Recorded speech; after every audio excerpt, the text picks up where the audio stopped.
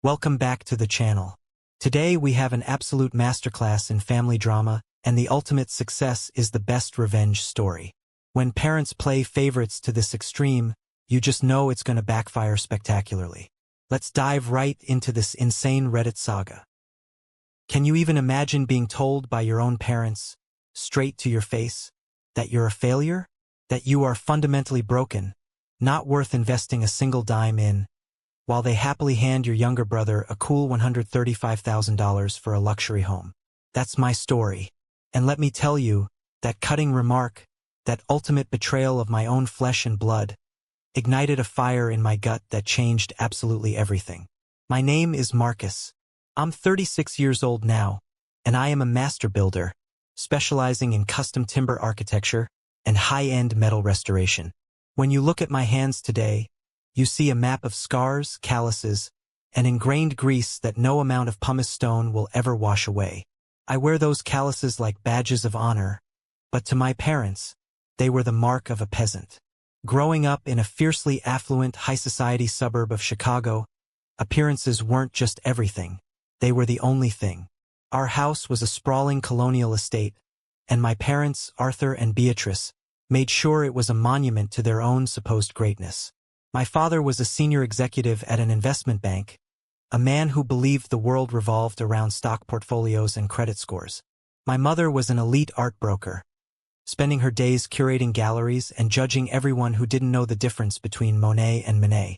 They were the absolute picture of proper, wealthy suburban professionals, and they expected nothing less than perfection from their two sons.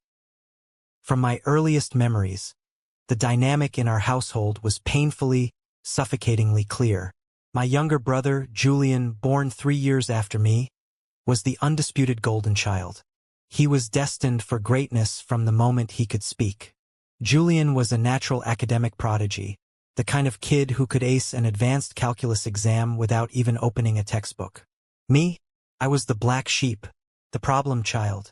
Not because I was out getting arrested or causing trouble, but because my brain didn't operate on their rigid corporate wavelength. I couldn't care less about macroeconomics or debate club.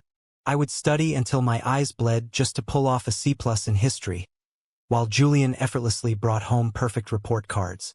"Why can't you apply yourself like your brother?" became the miserable, repetitive soundtrack of my youth. Every parent-teacher conference ended exactly the same way.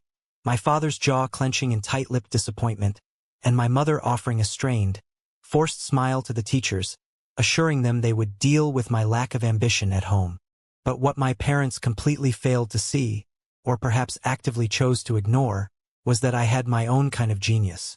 While Julian buried his nose in textbooks, I had an almost supernatural, intuitive understanding of how the physical world fit together. By the time I was 10, I could dismantle a lawnmower engine, clean the carburetor, and reassemble it blindfolded. I could look at a broken mechanism and just feel how the gears were supposed to mesh. My hands seemed to understand the physics of wood and metal long before my brain could even find the words to explain it. When I was 15, I found an abandoned, rusted-out 1950s John Deere tractor sitting in a neighbor's overgrown backfield. It was garbage, destined for the scrapyard. I spent an entire brutal, sweltering Illinois summer hauling parts, grinding rust, welding cracked iron, and rebuilding the engine block from the ground up. I spent every penny of my lawn mowing money on spare parts. It wasn't just a hobby. It was an obsession. I poured my soul into that machine. Neighbors would stop by, leaning over the fence, absolutely marveling at what the quiet teenager was resurrecting in the dirt. The day I finally got it running, the roar of that revived diesel engine was the sweetest music I had ever heard. I was covered in oil, sweating through my shirt, but I felt like a king. I genuinely, foolishly thought that, for once, my father might actually be proud of me. I ran into the house and eagerly dragged him out to the driveway to see my masterpiece. My father stepped out onto the pristine concrete in his $1,000 suit. He didn't smile. He didn't walk around the machine. He simply stared at it, then looked down at my blackened, grease-stained hands. He checked his Rolex. "Well," he sighed, his voice dripping with absolute disdain, "I hope you're done playing with this filthy junk now." Your hands look like a dock worker's.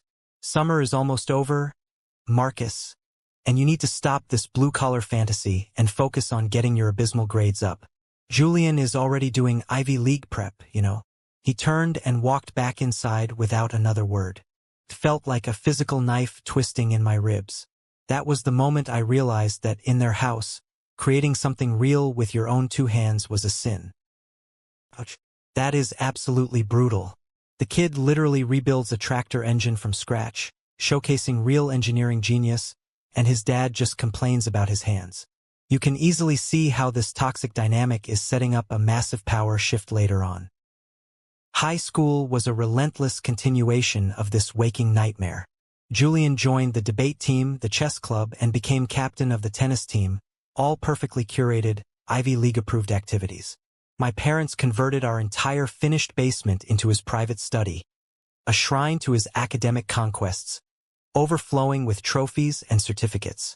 When I quietly asked if I could clear out a small, damp corner of the garage to set up a workbench and a lathe, I was immediately denied.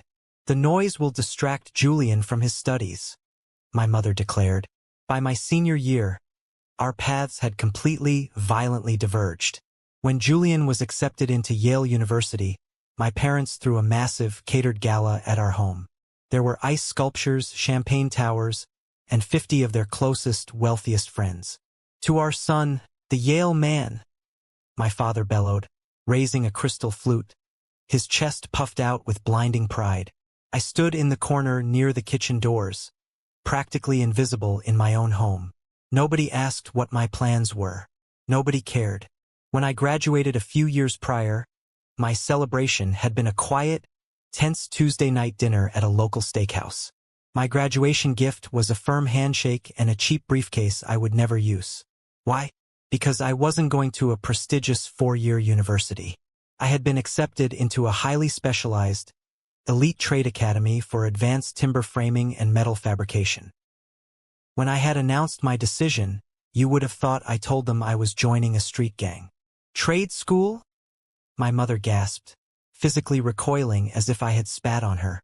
But what about the state university? They accepted you. My father slammed his fist on the table. That is not a real degree, Marcus. You are deliberately lowering the standing of this family. You are settling for a life of mediocrity and sweat when you should be aiming higher. We did not raise our son to be a laborer. I tried to explain the massive demand for custom builders, the 6-figure earning potential, the satisfaction of the craft. None of it penetrated their armor of snobbery. To them, without a prestigious university name slapped on my chest, I was dead weight. So, I started trade school with absolutely zero financial support. While Julian had his Yale tuition, luxury dorm, meal plans, and a brand new BMW fully paid for by my parents, I was working brutal night shifts at a lumber yard just to afford my tools and tuition. I didn't mind the hard work. In fact, I thrived. For the first time in my life, I was surrounded by mentors who looked at my hands and saw talent, not dirt. But the true, unforgivable betrayal, the knife in the back that severed my soul from my family, came when I was 23 years old. I had graduated at the top of my class and had been working as a journeyman. I was ready to take the leap and start my own business. Marcus Custom Timber and Iron. I had the skills, I had a small list of eager clients, but I needed heavy machinery, a commercial planer, a heavy-duty welder, and a reliable work truck. I had saved relentlessly, but I was exactly $15,000 short. I swallowed my immense pride and went to my father. I didn't ask for a handout. I brought him a meticulously drafted 40-page business plan, showing my projected margins, my client commitments, and my repayment schedule. I just needed him to co-sign a small commercial loan at his bank because my credit history was too short. To my absolute shock, he smiled. He looked over the paperwork, patted my shoulder, and said, "All right, Marcus. It's a risk, but I will co-sign. Go down to the branch tomorrow and see Mr. Henderson. Tell him I sent you." I left his study feeling like I could fly. For the first time, my father believed in me. I spent that entire night awake, sketching out my workshop layout, dreaming of the future.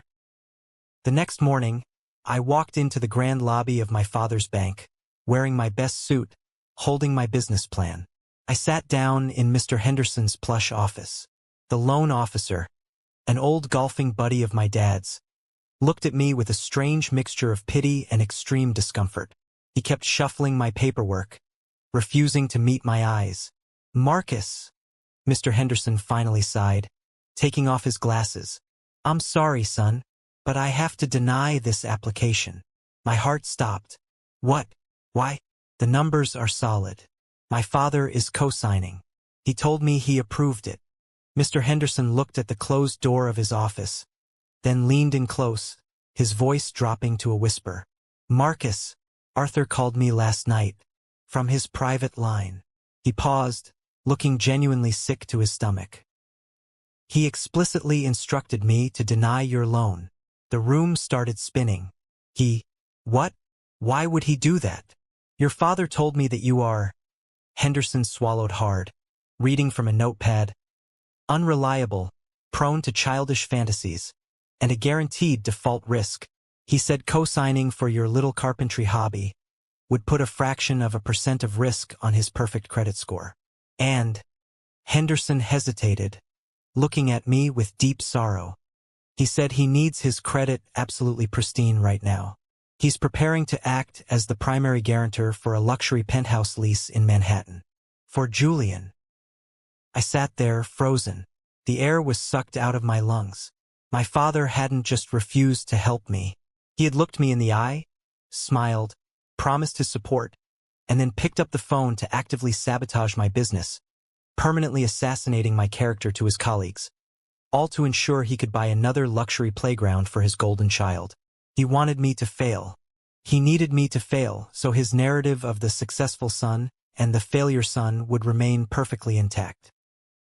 Hold up, actively sabotaging your own son's business loan? That is textbook villain behavior right there. OP's father is using his financial influence as a quiet weapon just to protect his own fragile ego and control the family narrative. That's not just bad parenting. That's pure evil. I didn't yell. I didn't cry. I stood up, took my business plan from Henderson's desk, and walked out of that bank a completely different man. The son who wanted his father's love died on the marble floor of that lobby. The betrayal was a poison in my veins, but instead of letting it kill me, I used it as fuel. I didn't speak a word to my father about what I knew. I just stopped calling. I stopped visiting. I went ghost.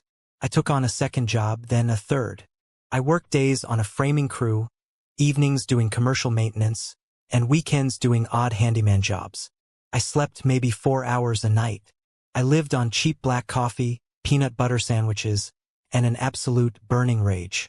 Within 14 months, I didn't need my father's signature. I had saved the $15,000 in raw, bloody cash. I rented a freezing, drafty, uninsulated warehouse on the bad side of town and officially launched Marcus Custom Timber and Iron. It was during those grueling, dark early days that my life was saved by an angel. Her name was Sarah. I met her in the emergency room at 2 a.m. I had been working late, exhausted, and a heavy steel beam slipped, slicing my forearm open. I was sitting in the harsh fluorescent light, covered in sawdust, sweat, and blood, feeling the crushing weight of my solitary struggle. Sarah was the triage nurse. She was doing a double shift, fighting her own war to pay off massive nursing school loans. She didn't look at me with disgust like my mother would have. She looked at me with deep, piercing empathy. As she stitched my arm, she noticed the deep calluses, the permanent grit under my nails. "You work hard," she said quietly, tying off a suture. "Trying to build a business," I grunted, wincing. "Doesn't leave much time for a social life or keeping my hands pretty." Sarah paused, looking right into my eyes. "The hands that create real value in this world are the most beautiful hands there are. Don't ever apologize for them." I fell in love with her in that exact second. Sarah and I were cut from the exact same cloth. We understood the grind. We understood that nothing is handed to you. When we started dating, we didn't go to fancy restaurants. Our dates consisted of her bringing takeout to my freezing warehouse, sitting on overturned buckets while she studied medical textbooks and I welded steel brackets. She never once questioned my ambition. She never once made me feel small. We got married 2 years later in a tiny courthouse ceremony. My parents didn't attend. They claimed my mother had a gala planning committee that couldn't be rescheduled. Julian sent a text message. We lived in a cramped, incredibly dingy one-bedroom apartment above a noisy laundromat.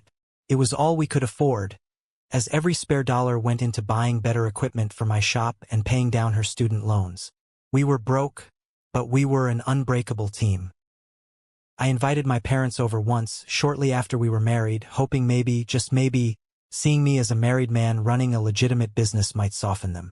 My mother drove up in her Mercedes, parked on the street, locked her doors, and refused to get out of the car.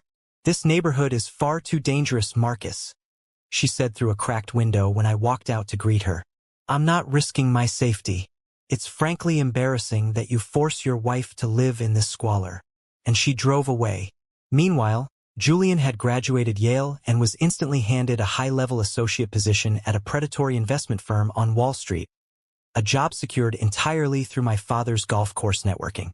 Julian's starting salary was astronomical. His life was a blur of bespoke suits, Michelin star dinners, and exclusive clubs. My parents talked about him like he was the second coming of Christ.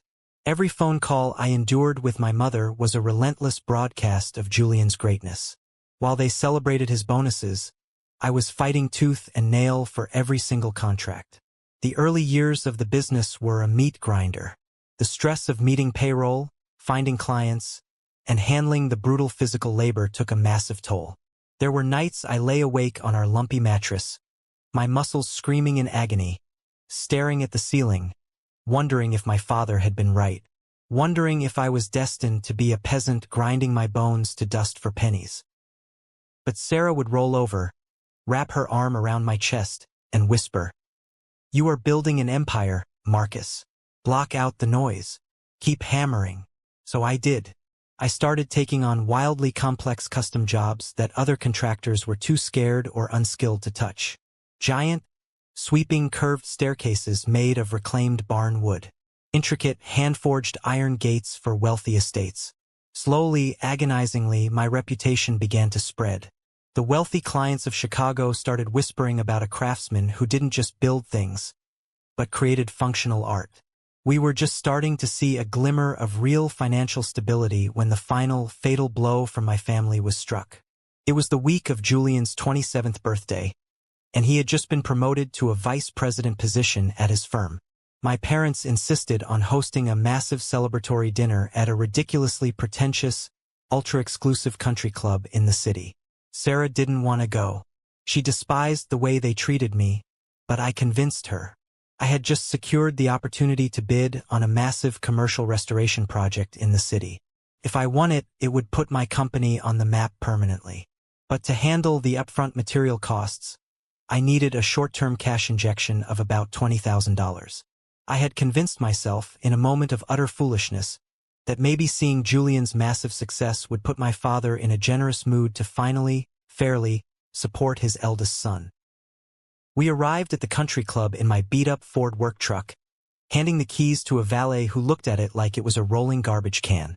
Inside, my parents had reserved a private dining room overlooking the golf course. Julian sat at the head of the table, looking pale and exhausted, but wearing a suit that cost more than my truck. For 2 excruciating hours, Sarah and I sat in total silence as my parents practically worshipped Julian. They discussed his portfolio, his stock options, his elite social circle. Not once did they ask how Sarah's nursing career was going. Not once did they ask if my business had survived the winter. Then, as the dessert plates were cleared, my father stood up, tapping his crystal wine glass with a silver spoon. He puffed his chest out, a grand smile plastered on his face.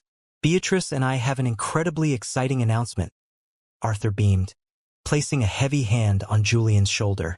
"Julian, you have made us prouder than words can express. You have conquered Yale, and now you are conquering Wall Street. But a man of your immense stature needs a home base that reflects his power." My father reached into his tailored jacket and pulled out an envelope. "The real estate market in Manhattan is fierce, but your mother and I have liquidated some assets to ensure our golden boy gets what he deserves. Julian, we are transferring $135,000 into your account tomorrow. It is the down payment for that penthouse overlooking Central Park you've been eyeing. To your continued, undeniable success. The room erupted in applause from the few extended family members present. Julian looked at the envelope, smiled weakly, and muttered a thanks. I felt the blood drain from my face. $135,000. Handed over just like that, free and clear. A gift to a man who was already making hundreds of thousands a year. I looked at Sarah. Her jaw was clenched so tight I thought her teeth would shatter. She knew about my upcoming bid.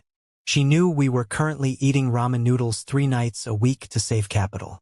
Before I could stop her, Sarah spoke up, her voice slicing through the celebratory chatter like a scalpel. "That is incredibly generous, Arthur," Sarah said, her tone dangerously calm. "Marcus's business is actually at a massive turning point right now. He's bidding on a historic city contract.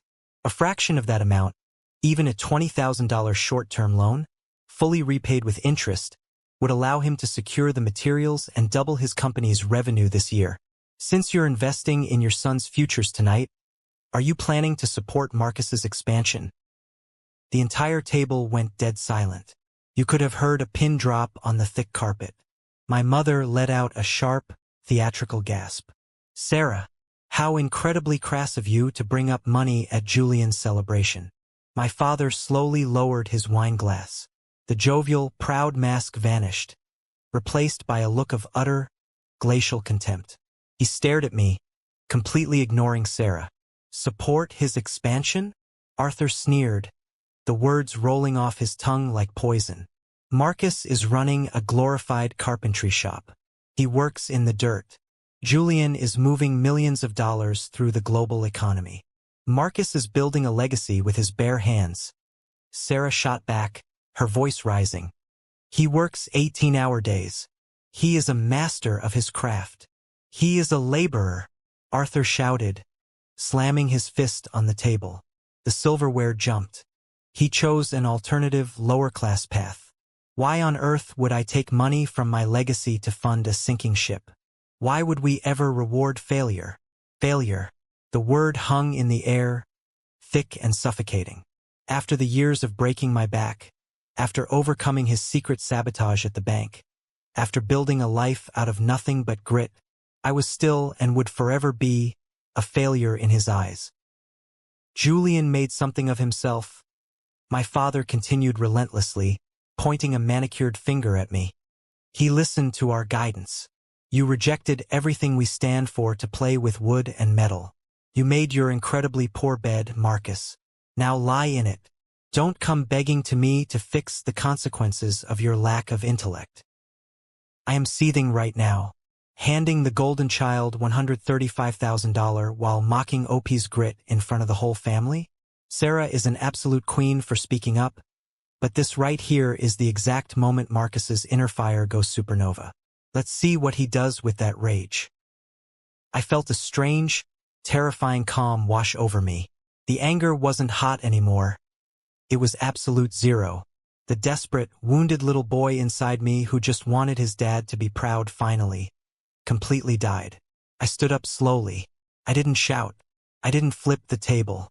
I just looked at the man who sired me, realizing he was nothing but an empty suit filled with arrogance. "I have never begged you for a damn thing, old man," I said, my voice dangerously quiet. "And I never will. You think money and addresses are what make a man. You're going to find out how wrong you are." I looked at my mother, who was clutching her pearls, and then at Julian, who wouldn't even meet my eyes, staring intensely at his dessert plate. "Keep your money," I said. "Keep your fake prestige. But know this, I am done. Do not call me. Do not look for me. You have one son now. And I promise you, you will never, ever get the privilege of seeing what I am about to build." I grabbed Sarah's hand. We walked out of that private room, out of the country club, and out of their lives forever. Part 5. The Oath in the Night and Buying the Dead Land. Expected word count. 800 words. The drive back to our tiny, cramped apartment was swallowed in a profound, heavy silence. The streetlights flashed across the cab of my battered Ford truck, illuminating the tears streaming silently down Sarah's face. She wasn't crying out of sadness. She was crying out of sheer, unadulterated rage on my behalf. "I'm so sorry, Marcus," she finally whispered, her voice trembling. "They are toxic. They are cruel, soulless people." I reached over, taking her soft hand in my calloused one, squeezing it tight. "Don't apologize. You defended me. You did what they never could. But Sarah, I'm done being the victim of their narrative. I'm done proving them wrong in my head. I'm going to prove it to the world. I am going to build an empire so massive, so undeniable, that it will cast a shadow over their entire pathetic existence." That night I didn't sleep. I sat at our rickety kitchen table under a flickering fluorescent bulb, surrounded by architectural drafting paper. I wasn't just sketching a business plan anymore. I was sketching a manifesto. The next morning I took the ultimate gamble. I went to a local credit union, far away from my father's banking empire. I leveraged every single asset we owned. I put up my truck, my machinery, and Sarah co-signed with her nursing salary. We didn't take the money to buy a flashy house or a nice car. I bought a piece of land everyone else said was cursed. It was a 7-acre parcel of rugged, elevated terrain just outside the city limits. It was heavily forested, aggressively steep, and sat on a massive shelf of solid limestone bedrock. Every developer in the county had passed on it. They called it the Dead Land. It was considered entirely unbuildable because blasting the rock to pour standard foundations would cost a fortune, and the access roads were treacherous. Because of its worthless status, I bought the entire 7 acres for pennies on the dollar. When we drove up the rutted dirt path to stand on the peak of that rocky hill, the wind howling through the ancient oak trees, Sarah looked at me with a mix of terror and absolute trust. "What are we going to do with a mountain of solid rock, Marcus?" she asked, pulling her coat tight against the chill. I knelt down, brushing the dirt away from the hard, unforgiving gray stone beneath our feet. "Everyone looks at this and sees an obstacle," I said, looking out over the sprawling valley below. "I see the ultimate foundation. You can't build a legacy on soft dirt, Sarah. You build it on rock. We aren't going to blast it. We are going to anchor directly into it. We are going to integrate the stone into the architecture." I unrolled a massive sheet of drafting paper on the hood of my truck. Over the past week, fueled by the venom of my father's words, I had designed a masterpiece. It was a sprawling, multi-million-dollar vision. A primary estate home framed entirely with massive, hand-hewn Douglas fir timbers, accented with custom-forged black iron, bolted directly into the living bedrock of the hill. Massive floor-to-ceiling glass windows that would catch the sunrise. And below it, terraced into the hillside, a state-of-the-art, 10,000-square-foot commercial fabrication workshop. "This is going to be Marcus Estate and Custom Works," I told her, my voice echoing in the empty woods. "It will be our home, our headquarters, and my masterpiece. I am going to build every square inch of it with my own 2 hands and my own crew. It might take years. It might break my back. But when it is done, it will stand for a century." Sarah looked at the drawing, then looked at the fierce, unyielding fire in my eyes. She didn't blink. She just smiled. "Then let's get to work." The bridge was burned. My family was dead to me. There was no safety net, no rich father to bail me out, no $135,000 trust fund waiting in the wings. There was only the rock, the steel, the wood, and my 2 hands. My father had called me a laborer. He was about to find out what a laborer can do when he decides to build a kingdom. Goosebumps, guys. Literal goosebumps. Buying the dead land and anchoring a foundation straight into the bedrock is such an epic metaphor. OP's taking all their negativity and turning it into an unbreakable foundation. This is the ultimate quiet revenge. I absolutely love this. What do you think about it? The next 3 years were a blur of sawdust, sparks, and unrelenting, bone-crushing labor. When you cut ties with the only family you've ever known, you are left with a massive, gaping void in your chest.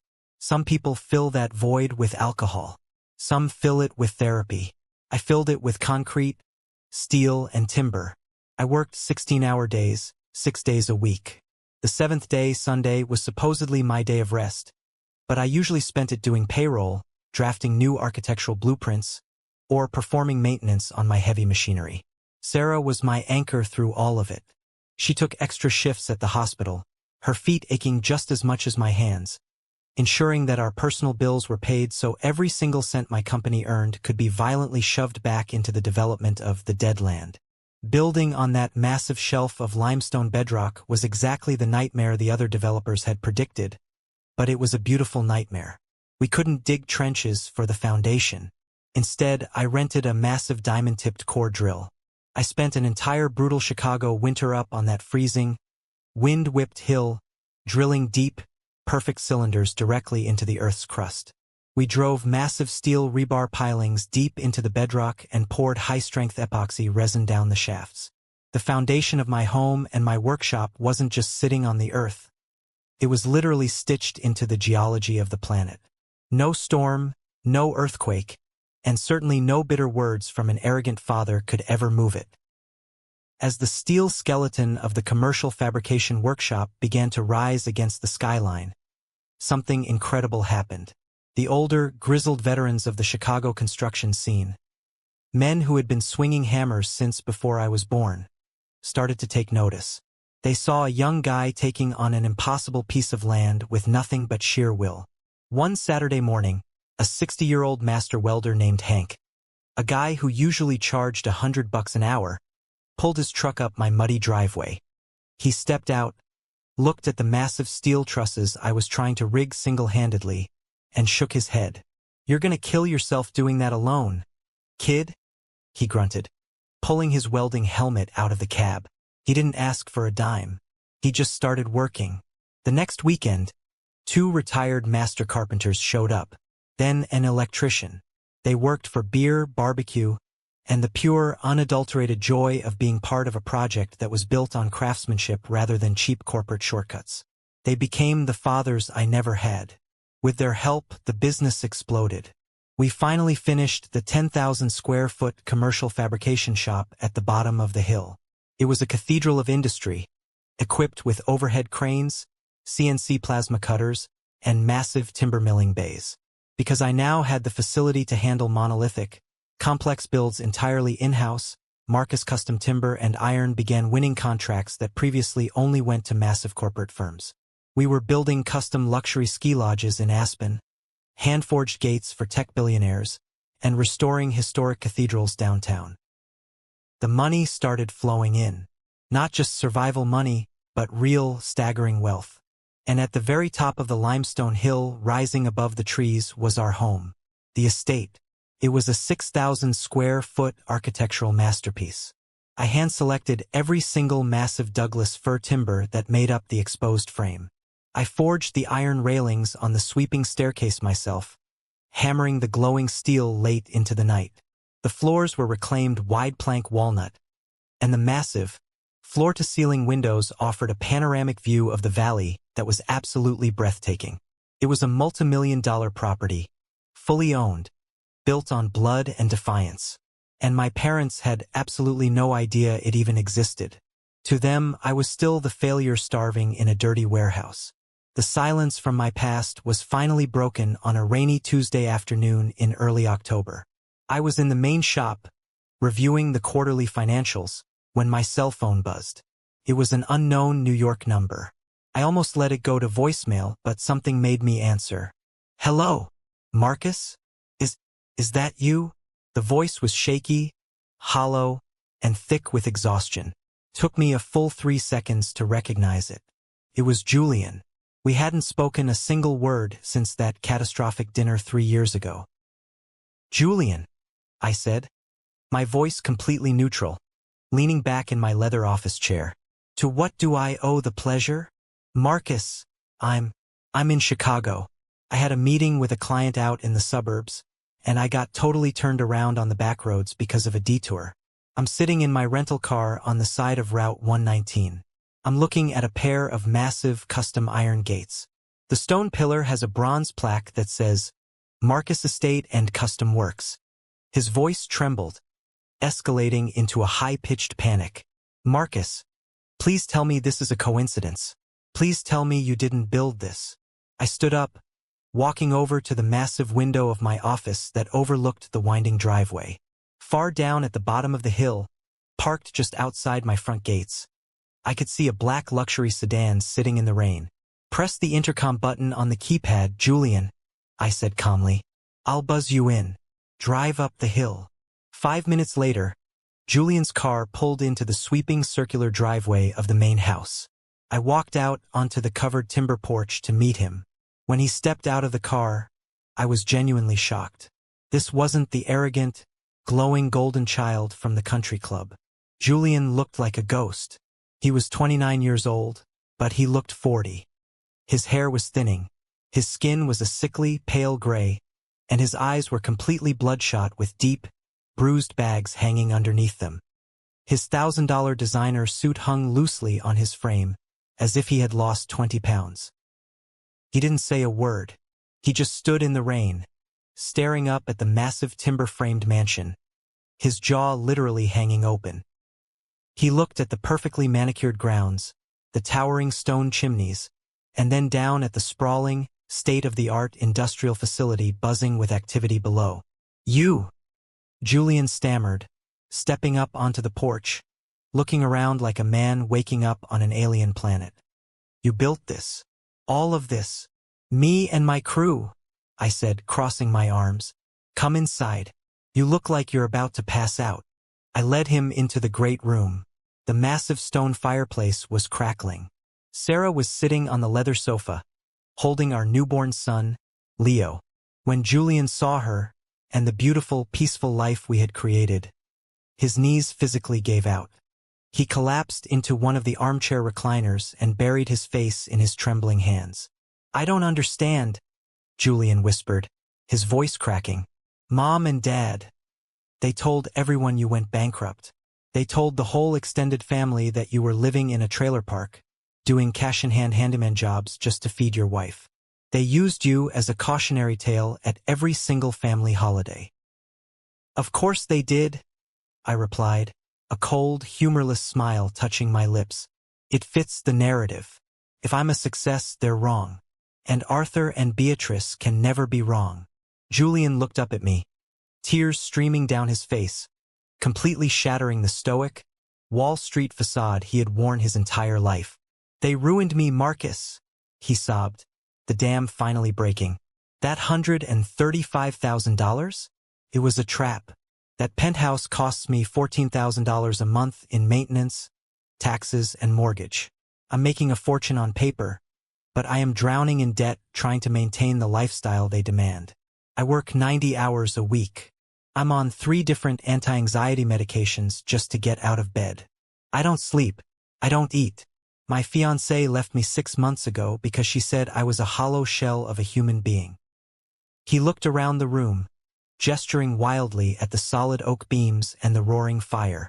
I have spent my entire life shuffling imaginary numbers on a glowing screen to make terrible, rich people even richer. I have never built a single thing. At the end of the day, I have nothing to show for my life except a panic disorder and a high credit limit. I'm a soulless money machine, Marcus. You're actually living. You won. Wow. This is the twist we've been waiting for. The golden child isn't a villain. He's a victim of the exact same toxic system. Julian's absolute breakdown here is heartbreaking, but it proves that their parents' definition of success was a complete illusion all along. Looking at my brother broken, weeping in my living room, I had a choice. For 3 years, I had held onto the fantasy of rubbing my success in his face. I had imagined the moment I would look down on him and laugh. But staring at the reality of Julian, a profoundly sick, manipulated, and deeply unhappy young man, the anger just evaporated. I realized he was just as much a victim of our parents' toxic narcissism as I was. They had just used different weapons to destroy him. They starved me of affection, but they had force-fed him poison disguised as love. I didn't gloat. I didn't remind him of the dinner at the country club. I walked over, sat on the coffee table in front of him, and put a heavy hand on his shoulder. "Take a breath, Julian," I said firmly, the voice of an older brother taking charge. "It's over." "What's over?" he asked, looking up with red, tear-streaked eyes. "The charade, the debt, the suffocating weight of their expectations." I looked back at Sarah, who gave me a gentle, affirming nod.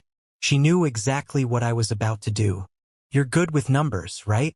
Not the fake Wall Street derivatives, but real, hard numbers." Julian sniffled, wiping his face.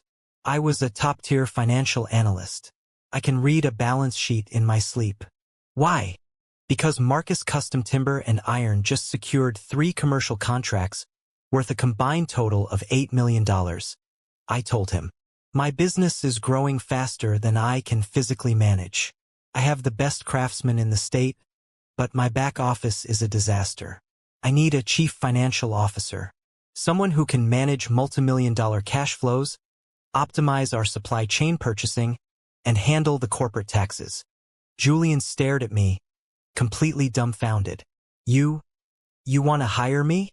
After everything? "I don't hold you responsible for the sins of our father, Julian," I said honestly.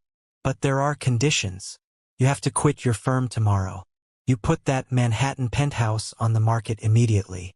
You sell the BMW. And you come out here. There's a fully furnished guest cabin behind the main shop. You can live there rent-free while you pay off your debts. I can't pay you what Wall Street pays, but you'll sleep 8 hours a night, and you'll be part of building something real." Julian didn't even hesitate.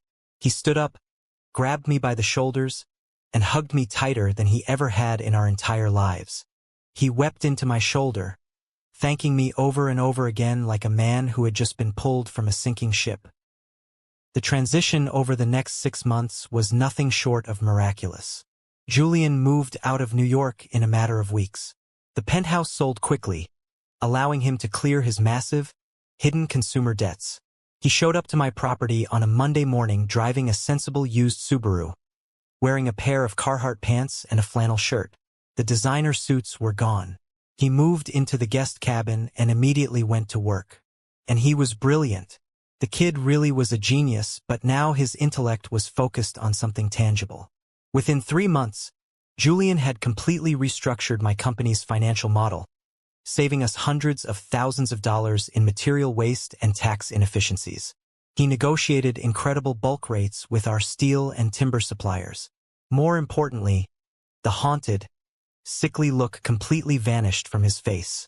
He started eating Sarah's home-cooked meals. He started working out in the mornings. Sometimes, after he finished his spreadsheets for the day, he would come down to the shop floor. I handed him a hammer, showed him how to use a belt sander, and taught him how to finish wood. The first time he built a simple oak coffee table with his own hands, he looked at it for an hour, his eyes glowing with genuine, quiet pride. We weren't just brothers anymore.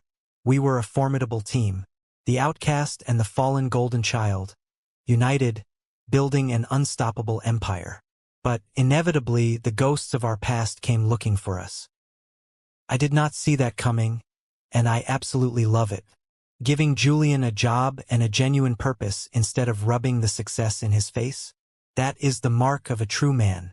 Marcus completely broke the generational curse right there. I believe love has a magical power. It can heal and mend relationships within a family. My parents, Arthur and Beatrice, had been frantically trying to contact Julian for months. When he abruptly quit his prestigious Wall Street job and vanished from his penthouse, they went into a complete tailspin. They couldn't brag about him at the country club anymore. To them, Julian was having a temporary mental breakdown. He ignored their calls, blocked their numbers, and explicitly told extended family members not to reveal his location.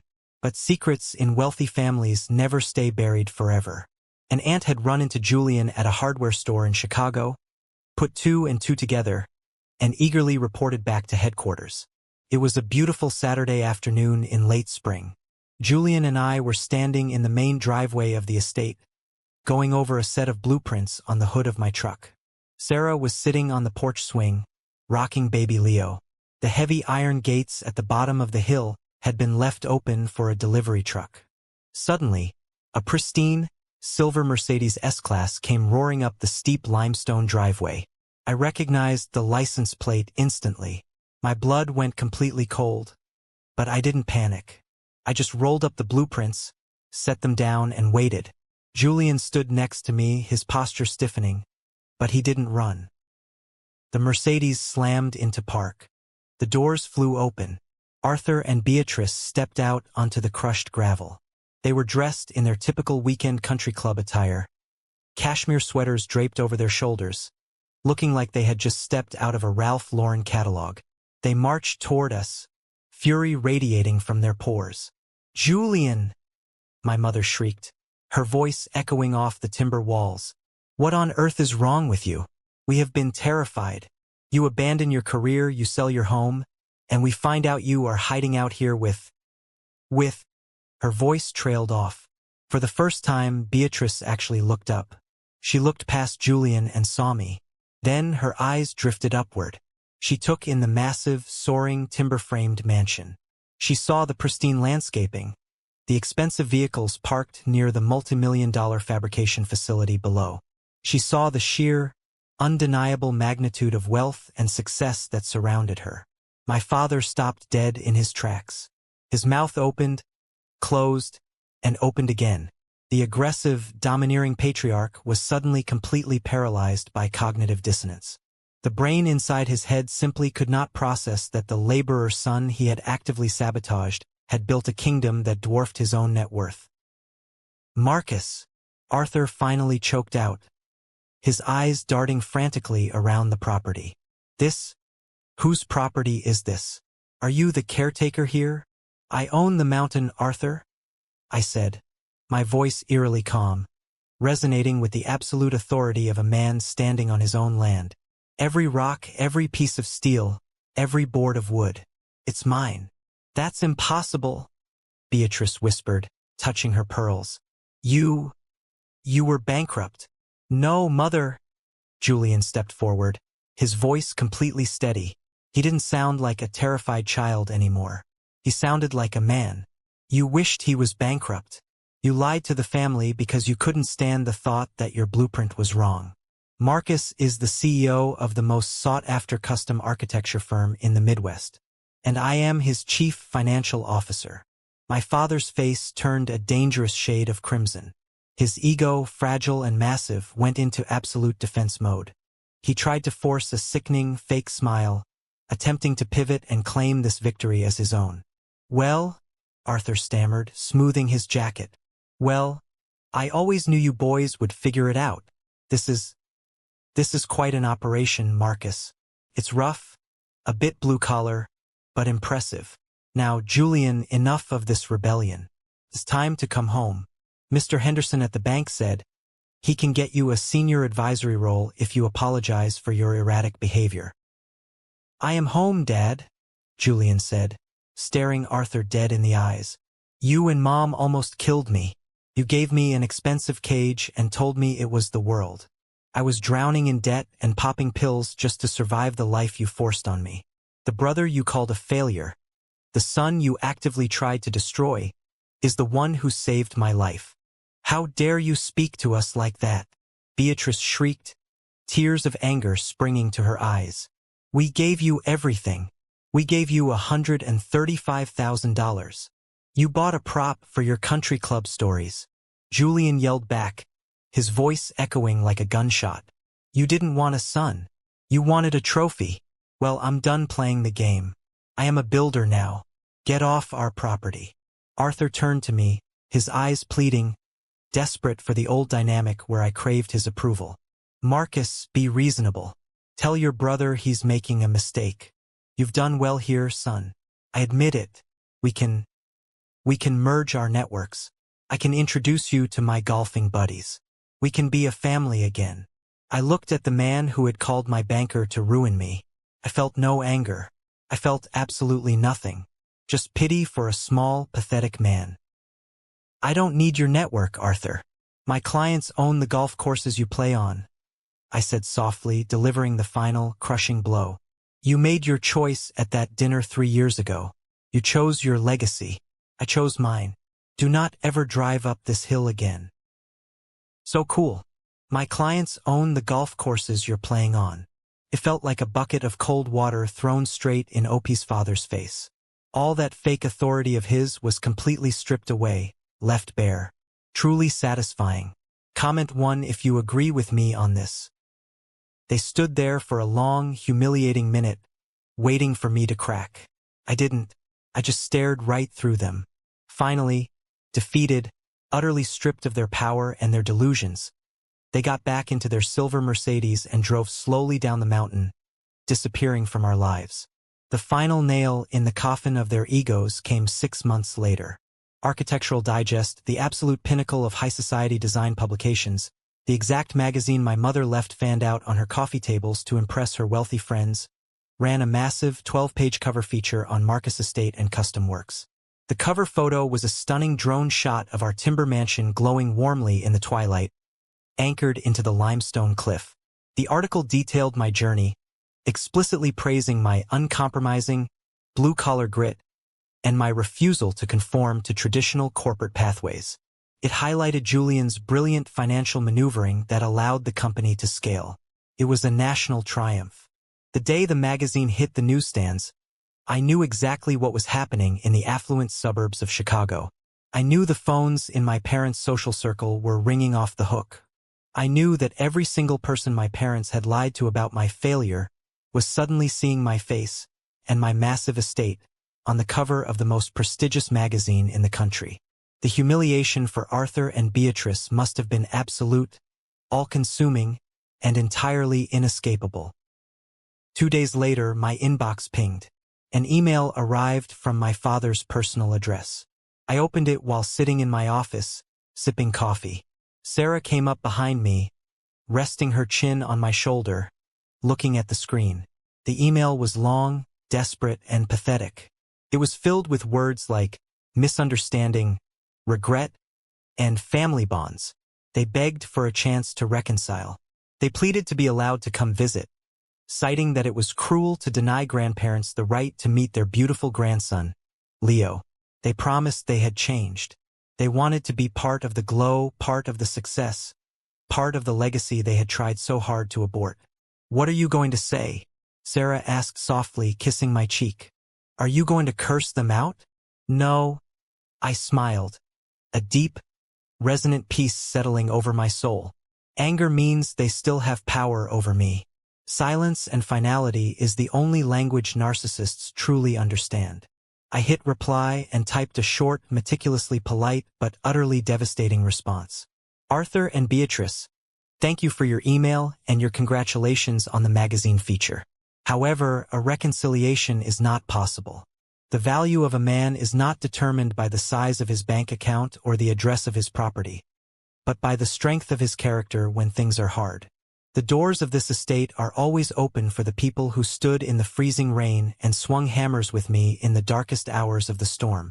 They are permanently closed to those who only wish to arrive when the mansion is fully built and the sun is shining. Julian is thriving, healthy, and happy. Leo is surrounded by love.